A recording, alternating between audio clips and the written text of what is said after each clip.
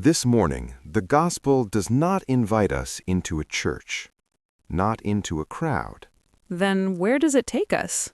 to a shoreline, to a quiet fire on the edge of the Sea of Galilee. And who is there? Jesus, not distant, not demanding, but waiting, like someone who simply wants to sit with you. But before the fire, there was a night. Peter and the others go fishing. Why go back? Jesus is risen. Why return to old nets? Because they are unsure, because the future feels unclear, so they return to what is familiar. And what do they catch? Nothing. All night, nothing. Effort without fruit, work without result, hope fading into silence. Have you ever known a night like that? Trying, giving, praying, and still empty? Yes, we all have. And then morning breaks. A figure stands on the shore. Do they recognize him? No, not yet. He calls out gently, "Children, have you caught anything?" And their answer? No. And then he says, "Cast the net on the other side." Just that? No explanation? Just that.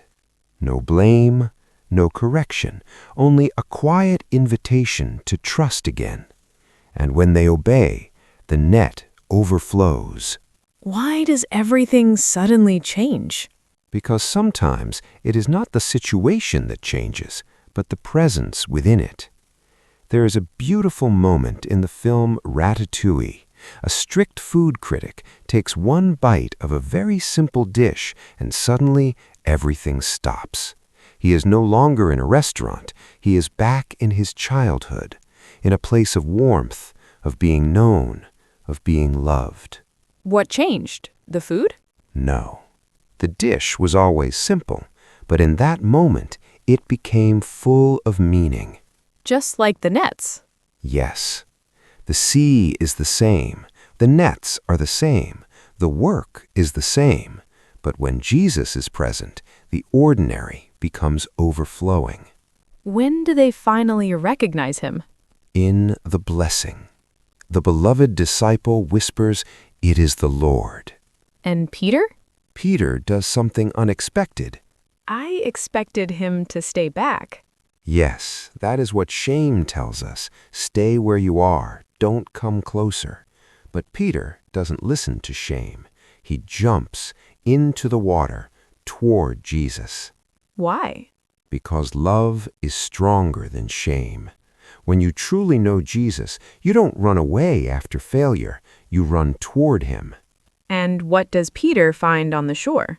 Not judgment, not questions, not reminders of failure. A fire, bread, fish, and a simple invitation. Come and have breakfast. That is unexpected.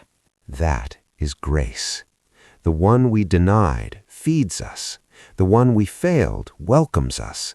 The risen Lord prepares a meal. And the fire, it feels important. It is. Peter once stood by another fire and denied Jesus 3 times. Now, Jesus brings him back to a fire again. Why return to that place? Because Jesus does not avoid our wounds. He heals them. He brings us back, not to shame us, but to restore us. So, what is this gospel saying to us today? When life feels empty, listen again. Jesus is calling. When you feel lost, go back, but not alone. When you fail, do not hide. Run toward his mercy. When your heart is heavy, remember, Jesus is near, gentle, waiting. And today, he says to you, "Come and have breakfast. Come as you are. Come with your emptiness. Come with your doubts. Come with your past. Because by this fire, you are not judged. You are restored." And maybe today, like Peter, we must leave behind what we keep holding on to. Even the nets that once defined us? And run toward him. Because in the end, Jesus is better than the catch. Amen.